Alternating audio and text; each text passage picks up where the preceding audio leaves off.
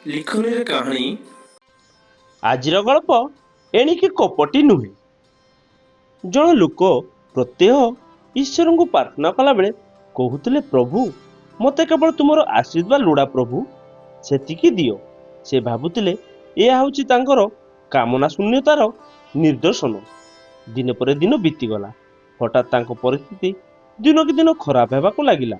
ତଥାପି ସେ ଲୋକଙ୍କ ମନରେ ଗଭୀର ଆଶା ଥାଏ ଯେ ଭଗବାନଙ୍କ ଆଶୀର୍ବାଦ ତାଙ୍କ ଉପରେ ବର୍ଷିବ।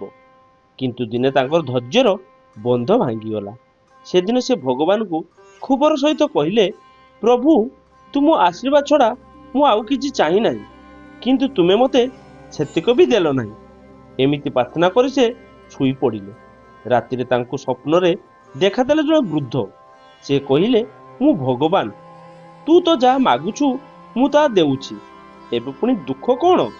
ସେ ଲୋକ କହିଲା, ପ୍ରଭୁ ଆପଣ ଯଦି ଭଗବାନ ତେବେ ଅନ୍ତରର କଥା ବୁଝିପାରୁନାହାନ୍ତି? ମୋ ଦୁଃଖ କ'ଣ ବୋଲି ପଚାରୁଛନ୍ତି? ବୃଦ୍ଧ ରୂପୀ ଭଗବାନ କହିଲେ, ଅନ୍ତରର କଥା ଜାଣିଛି ବୋଲି ତ ସନ୍ଦେହରେ ଅଛି। ତୁ ମୋତେ ପ୍ରତିଦିନ ନିରୋଳ ଆଶୀର୍ବାଦ ମାଗୁ, ମୁଁ ତାହା ହିଁ ଦିଏ। ତା ଦେଇଛି ବୋଲି ତୋର ସ୍ଥିତି ଯେତେ ଖରାପ ହୋଇଥିଲେ ବି ସବୁଠୁ ଖରାପ ହୋଇନାହିଁ। କିନ୍ତୁ ତୋ ଅନ୍ତରର ଭିତରେ ଆଉ ପ୍ରକାରର ଇଚ୍ଛା ଥାଏ। ତୁ ଚାହୁଁ ତୋର ଧନ ସମ୍ପତ୍ତି ବଢ଼ୁ। ସତ କହ, ତୁ କ'ଣ ଚାହୁଁ?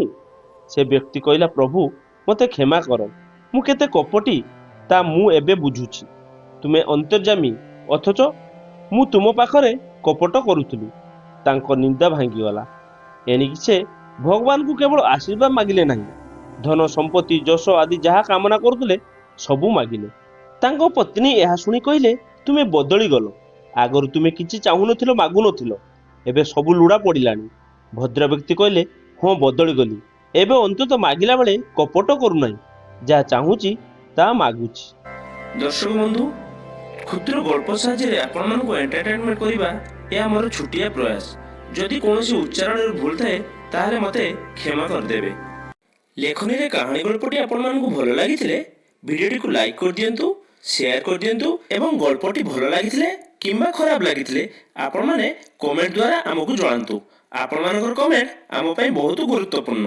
ଦର୍ଶକ ବନ୍ଧୁ, ଏମିତି ଭଲ ଭଲ ଗଳ୍ପ ଶୁଣିବାକୁ ଚାହୁଁଥିଲେ ଚ୍ୟାନେଲଟିକୁ ସବସ୍କ୍ରାଇବ କରିଦିଅନ୍ତୁ ଏବଂ ପାଖରେ ଥିବା ବେଲ୍ ଆଇକନଟିକୁ ଦବାଇ ଦିଅନ୍ତୁ, ଯାହାଫଳରେ ଭିଡ଼ିଓର ପ୍ରଥମ ନୋଟିଫିକେସନ ଆପଣ ପାଇପାରିବେ।